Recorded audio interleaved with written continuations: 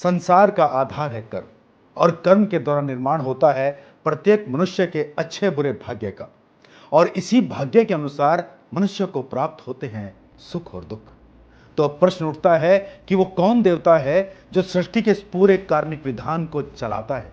कौन है वो देवता जो मनुष्य को उसके द्वारा किए गए हर अच्छे बुरे कर्म का फल या दंड देते हैं।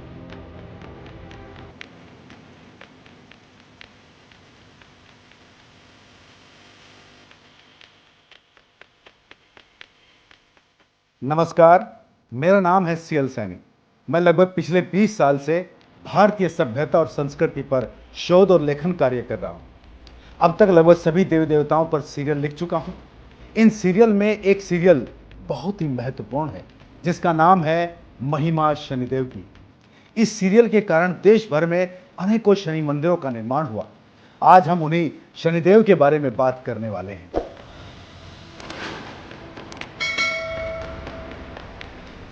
जब मैं शनिदेव पर शोध कर रहा था तो मैंने पाया कि शनिदेव इस सृष्टि में न्याय के सिंहासन पर विराजमान है। शनिदेव के अधिकारों के अनुसार उन्हें व्यवस्थापक, दंड का देवता, न्याय का देवता और शिक्षक भी कहा जाता है।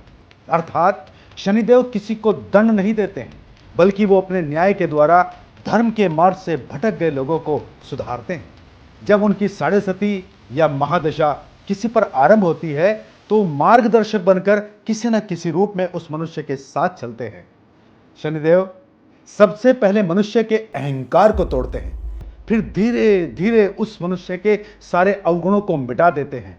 कुदृष्टि, दशा, महादशा, साढ़े साती, ढैया, ये सब शनिदेव के वो शस्त्र हैं जिनके द्वारा वो मनुष्य के मन में बसी सारी बुराइयों का नाश करते हैं।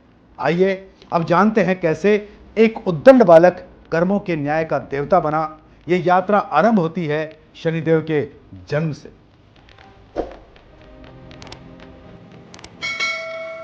यह उस समय की बात है जब सूर्यदेव का विवाह विश्वकर्मा की पुत्री संज्ञा के साथ हुआ था। सूर्यदेव के तेज के कारण संज्ञा कभी उनके मुख नहीं देख पाई। इस बात से दुखी संज्ञा ने एक दिन अपनी ही छाया को मनुष्य रूप देकर उसे जीवित कर दिया और छाया से कहा कि अब सूर्यलोक में मेरे स्थान पर तुम रहोगी। छाया संज्ञा की बात सुनकर हैरान थी कि भला मैं आपका स्थान कैसे ले सकती हूं। तब संज्ञा ने छाया को समझाया कि तुम मेरा ही प्रतिरूप हो, इसलिए तुम्हें कोई भी नहीं पहचान सकेगा। इतना कहकर संज्ञा कुरु पर्वत पर तपस्या करने के लिए चली गई। कुछ समय पश्चात छाया ने एक गहरे श्याम वर्ण काले पुत्र को जन्म दिया। काले पुत्र को देखकर सूर्यदेव क्रोध से भरकर चिल्ला उठे कि जो सूर्य संसार को प्रकाशित करता है उसका पुत्र ऐसे भयानक काले रंग का कैसे हो सकता है। यह मेरा पुत्र नहीं हो सकता। किंतु सत्यता यही थी कि वो काले रंग का बालक ही साक्षात शनिदेव थे।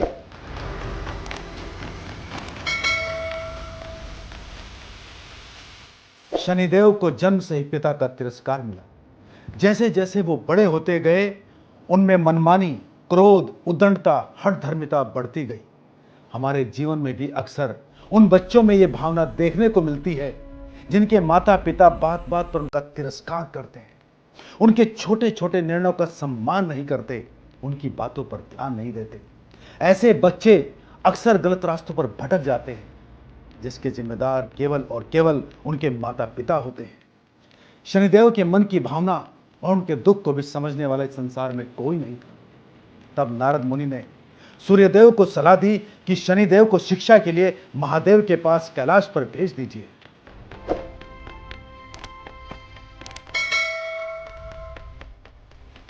महादेव ने बालक शनि को अपना शिष्य स्वीकार कर लिया, किंतु शनि का मन इतना अस्थिर और अशांत था कि वो कोई भी ज्ञान पाने के लिए मानसिक रूप से तैयार नहीं थे।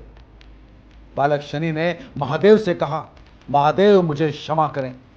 जिसके मन में शांति ना हो वो तप कैसे कर सकता है? जिसे प्रेम न मिला हो वो भक्ति कैसे कर सकता है? जिसके साथ बचपन से ही अन्याय हुआ हो उसका बेचैन मन कैसे ज्ञान अर्जित कर सकता है? इसलिए मुझे आज्ञा दे। ये कहकर बालक शनि कैलाश से चले गए। बालक शनि भटकते हुए भगवान कृष्ण के धाम गोलोक पहुंचे।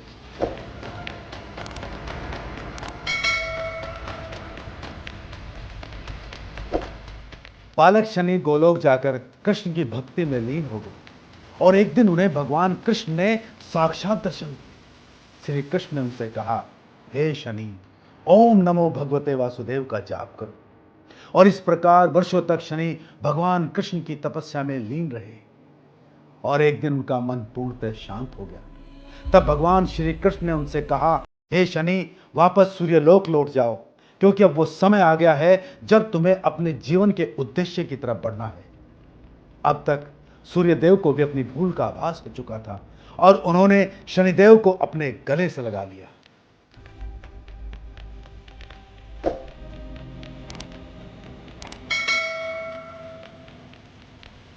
शनिदेव की इच्छा के विरुद्ध सूर्यदेव ने विश्वकर्मा के सारथी चित्ररथ की बेटी चित्रांगदा से शनिदेव का विवाह कर दिया। किंतु शनिदेव गृहस्थ जीवन से दूर हर पल कृष्ण की भक्ति में डूबे रहते थे। उन्होंने एक बार भी अपनी पत्नी का मुख नहीं देखा। इस बात पर क्रोधित चित्रांगदा ने शनिदेव को श्राप दे दिया कि हे शनि, आज के बाद आपकी दृष्टि कुदृष्टि में बदल जाएगी। आप जिस पर दृष्टि डालेंगे वो जलकर भस्म हो जाएगा। और इस प्रकार शनिदेव को कुदृष्टि का श्राप मिला। संसार में जब भी माता पिता अपने अधिकारों का प्रयोग करते हुए अपने निर्णय को संतानों की इच्छा के विरुद्ध उनके जीवन पर थोप देते हैं तो उसके परिणाम अक्सर बहुत दुखदायी और कष्टकारी होते हैं। इसलिए शनिदेव कभी किसी पर संपूर्ण दृष्टि नहीं डालते। उन्होंने पार्वती के कहने पर गणेश को दृष्टि भर कर देखा तो उनका सिर कट गया। उन्होंने रावण पर कुदृष्टि डाली तो रावण के संपूर्ण कुल का नाश हो गया। उन्हें दुर्योधन पर कुदृष्टि डाली तो कौरव वंश समाप्त हो गया।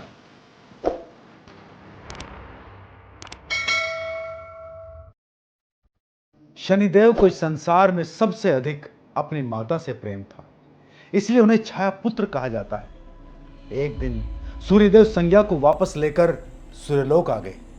शनि की माता छाया का जीवन समाप्त हो गया। शनि के लिए अपनी माता से बिछुड़ना असहनीय था। वो दुख और क्रोध से भर उठे। उनका क्रोध विध्वंसकारी हो उठा।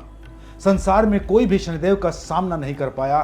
तब महादेव युद्ध के लिए शनिदेव के सामने प्रकट हो गए। शनिदेव ने गुरु महादेव के सामने हाथ जोड़कर नतमस्तक हो गए। शनिदेव की आंखों से झरझर आंसू बह उठे। उन्होंने महादेव से कहा, हे महादेव, मैं उस सूर्य का पुत्र हूं जो सारे संसार को प्रकाशित करते हैं, किंतु मेरा मन सदा से अंधकार से डूबा रहा। पिता से मुझे कभी प्रेम नहीं मिला। जिस माता ने मुझे जीवन के हर मोड़ पर संभाला, अपने आंचल में छुपाकर मेरे मन को सांत्वना दी, आज वो भी मुझे छोड़ करके चली गई। हे महादेव, मेरे पास सूर्य का तेज है, अतुलनीय बल है, किंतु मेरे जीवन का कोई उद्देश्य नहीं। मुझे समझ नहीं आता है कि मैं अपनी शक्तियों को किस तरह खर्च करूं। अब आप ही मेरे मार्गदर्शन करें या मेरे इस निरुद्देश्य जीवन को समाप्त कर दें।